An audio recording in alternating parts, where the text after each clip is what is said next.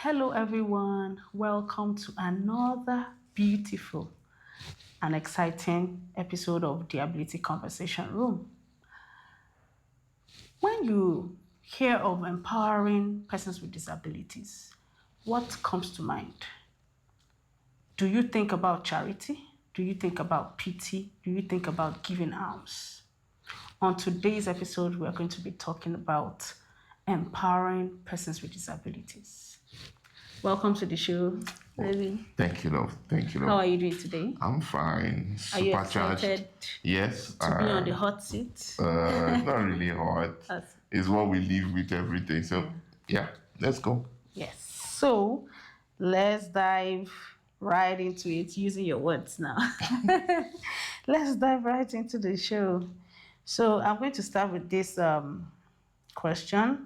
What does it really mean to empower persons with disabilities? Thank you for that question.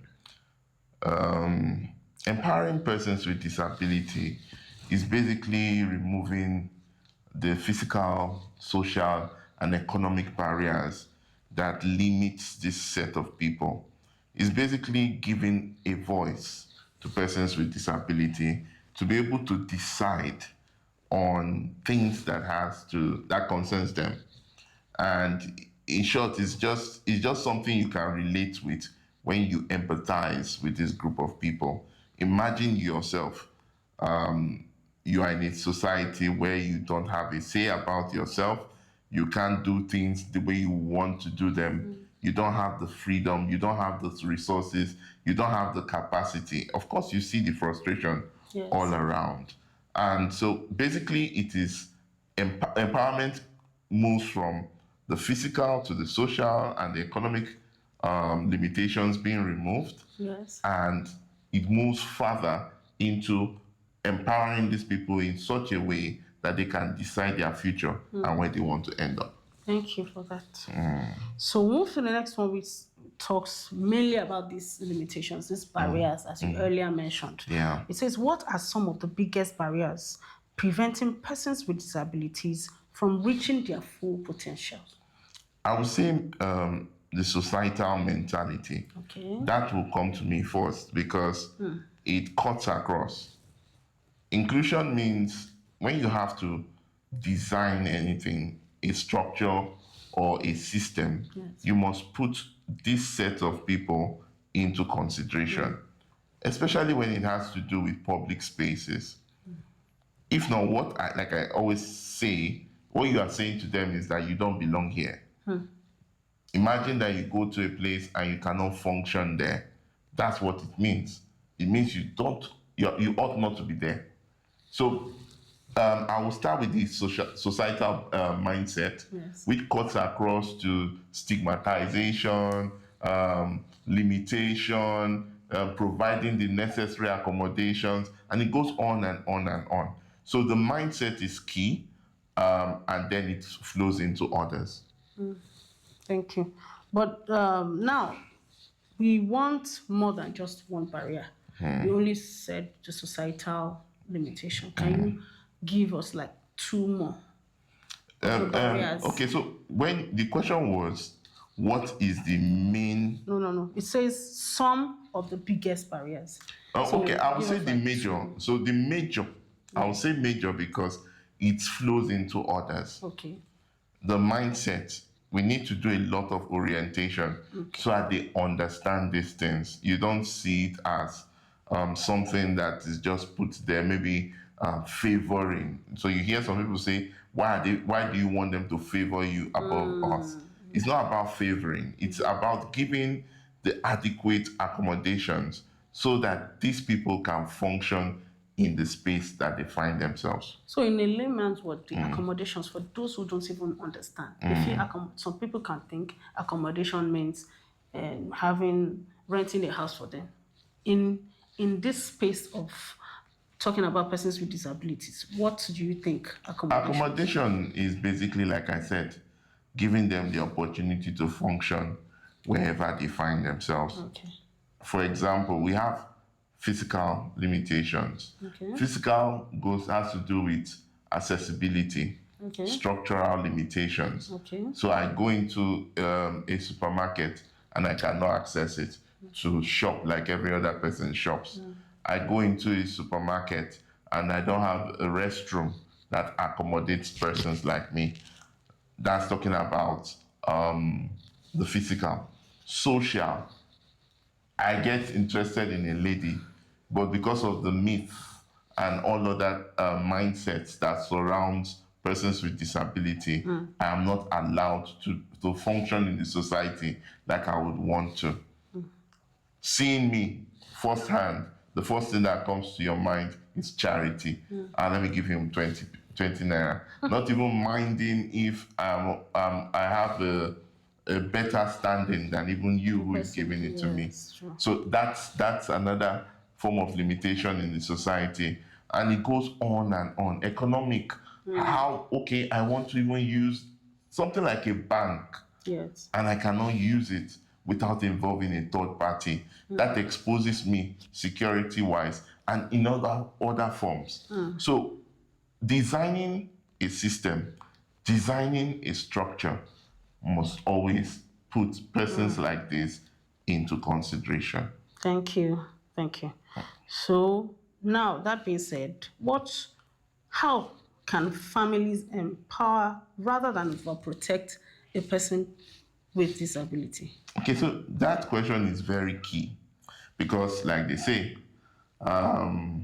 charity begins from home, right? Or they say education starts from the home. Yes. So, using myself as an example, it's very important that you empower persons with disability with the necessary support that they need. Help them build confidence. Help them build the will to survive. And that is not by, oh, because you are having this form of disability, you try to shield them from the society that they will function in. Rather, let them find themselves in the society, you giving the necessary protection, but not overdoing it.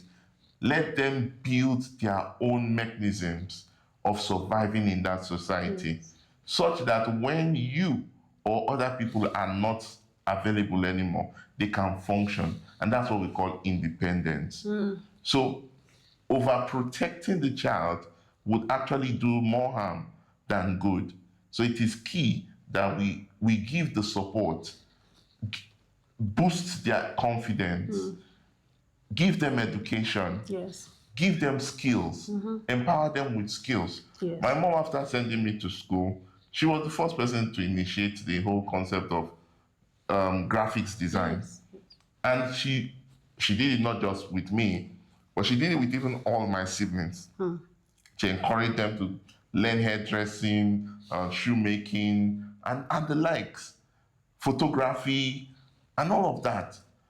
Why? Because she understood that it was beyond just the formal education, but you should have skills that will keep you going. And I won't lie, it is one thing that sustained me even during the period when I didn't have a formal job. Yes. So we cannot overemphasize it. Even with everybody, it's not because you are with a physical disability. Yes. No, get yourself in there.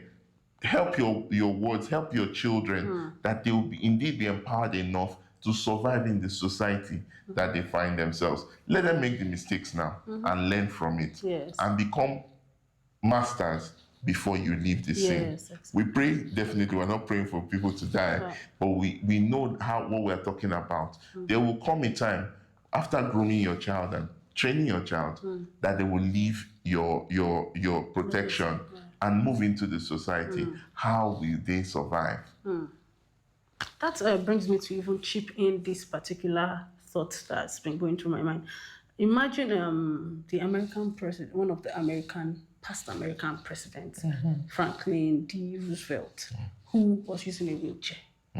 If he didn't have that confidence, or if his parents, let's say his parents, his guardians, whoever brought him up, did not instill that confidence in him, how would he have been able to discover and also maximize that leadership trait and ability he had in him to actually rule a nation as big as America? True. It's key. Right. It is key. You're very right. So somehow, this goes to parents that they should actually look inwards in their children. Okay, we're talking about overprotection. So they are now looking inwards to see the traits, to see the positive traits they have, and help them maximize it to even make them useful individuals in the society, True. to themselves and to the society. True. So that takes us to the next question that has to do with employment now. So, what role should employers and organizations play in empowering persons with disabilities? You see, that's why I started by emphasizing the key thing that I feel Yes. is important when you are dealing with empowering persons with disability, and that's the mindset. Employers need to be open-minded enough to understand that persons with disability can actually function in their space. They shouldn't see it as a service to the society. So you create a percentage because government has said it, and let's just put it out there. It should be something that should be considered with all seriousness. Yes. All you need to do, we're not saying give this one's favor that doesn't cut across. If someone in your workspace needs to work and he doesn't have the required tools to do what they need to do, what do? You make provisions for them. Yes. Same thing for persons with disability. What are we saying? Someone like me, I'm on a wheelchair. Make the building accessible. Make my workspace comfortable. Okay. And make the same demands that you will make from other people. I'm not saying you should cut short the requirements, right? Everybody has their KPIs. They should have theirs too. We should have ours too. Same thing for someone who is blind. Put yourself, empathy is key here. Put yourself in their shoes. Surely. If they need to access your building Yes. or function in your space, what are those things that will limit them? What are those things that will make them the visually impaired not to function adequately? Take it to those with albinism. The lighting of your environment, the size of the fonts on documents. You should know these things. You should have these things as key things that is embedded in your operations. Even when you're going to have a conference, where are they going to stay? How is it comfortable? It's just like you do for others. It's just that these people have their own peculiar needs, and all we are saying is address them. Yes. Take them into consideration. And then open minds. Open minds. And they would need to do a lot of education and enlightenment programs for your staff so that they understand. Our society has kind of branded these ones with different funny things, even without even knowing them. You see, ignorance is no longer allowed. We need to step in because we really intend to include these ones. Yes. That brings me The last record, the last record I reiterated once, or I stated here, I was saying over 30 million people in Nigeria. Yes. Look at it. If you have 30 million, that's a reasonable number. Imagine what our country would be like if these people are effectively engaged. And funny enough, this same set of people, we complain that they go on the streets and beg. We need to create an atmosphere where they will survive. Yes. It is natural for human beings to look for ways to survive. And when they can't find any way of doing that, you see them on the streets. Yes. So rather than just keeping them on the streets, these people can be properly engaged and they can bring positive impact into our society. Yes. I just remember when you were talking, I remembered your experience at the bank. Can you share Okay. share with them? Okay. Just briefly. Maybe Before we wrap up. this is one of the experiences in the bank, because I've had different experiences from trying to access the ATM on my own, and then to entering into the building itself, and then this particular one that you mentioned, which we discussed earlier, Yes. had to do with me even going into the bank. They had to carry me through. It was not even comfortable, but they carried me. They found a way. We finally entered, and then I get into the bank, and the counter, or no, the reception desk, Yes. is some inches above my head. And fortunately, she was there with me. And as we got there, instead of dealing with me directly, they preferred to talk to her so that she would relate to me down there. It went on the first time, the second time, and I saw that it was not a mistake. And I had to raise my voice. I couldn't hear what he was saying. It takes somebody standing up there and seeing eyeball to eyeball for them to be able to even understand what is going on. And I had to raise my voice. And that's where we encourage a lot of persons with disability. Don't be a nuisance, but demand your rights. Everybody in this country has their rights, and then you need to demand it for it to be given to you. At that point, the manager came out and had to attend to me directly, and we resolved it in seconds. What he was relaying to and bringing back. So we need to understand this. Some of us don't even know that there are provisions for persons with disability. When you go to a public space, you cannot stand on the line like every other person. They need to treat you and address you first before addressing any other person. These things we don't know. And so are many other rights we have that we need to acquit ourselves with. We need to understand them, and so that we can ensure that they are being delivered on. Yes, thank you so much for that. So we're getting to the end of this segment, and this question has to do with what your final message is. Now, what message would you give to a person with disability who feels limited by society's expectation? So there's an expectation by the society. They are limited by it. What would you say to them? First of all, you need to know who you are. You need to know what you have. You need to know where you are to be able to function adequately in there. Understand that, yes, we are not yet where we need to be.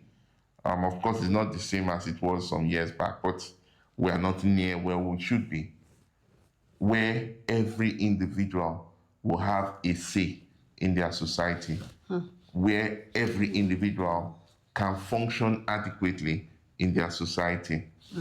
So what we are doing right now is we are trying to rewrite what people think of us. So we cannot afford to stay quiet. You need to develop yourself. We need to work on ourselves so that we have what to say. Now we are crying out that we must have a voice in the society. What do you know to say? So you need to be acquitted. You need to be very familiar with the happenings around you and what should be and what should not be. Right? And that is when you can even ask for your rights. So basically, don't settle for what the society tags you as. You know who you are. You know what you've got. And don't hesitate to put it out there. Empower yourselves. Get skills. Move. See, some people, exactly. Certifications and all. So that you can compete favorably with your peers. You have skills, you can sing. Don't hide in the background. Push yourself out there. Funny enough, the so-called limitation can even work as a platform for you. So please, let's keep pushing. Let's keep establishing ourselves. We shouldn't keep quiet. If you keep quiet, then the society will tell you who you should be. Or if you speak up, you will redefine the mindset in your world and society. Thank you so much. All right. So, as we round up this episode, I'm going to leave you with a thought. In empowering persons with disabilities, the question shouldn't be, what can we give them? Right? So now, what we should say rather is, what barriers should we take away to make them do it by themselves? It starts with you and me. Yeah. And this is where we draw the curtains. Please like, comment, share, subscribe to our channel if you have not done that. And now we say bye. Ciao.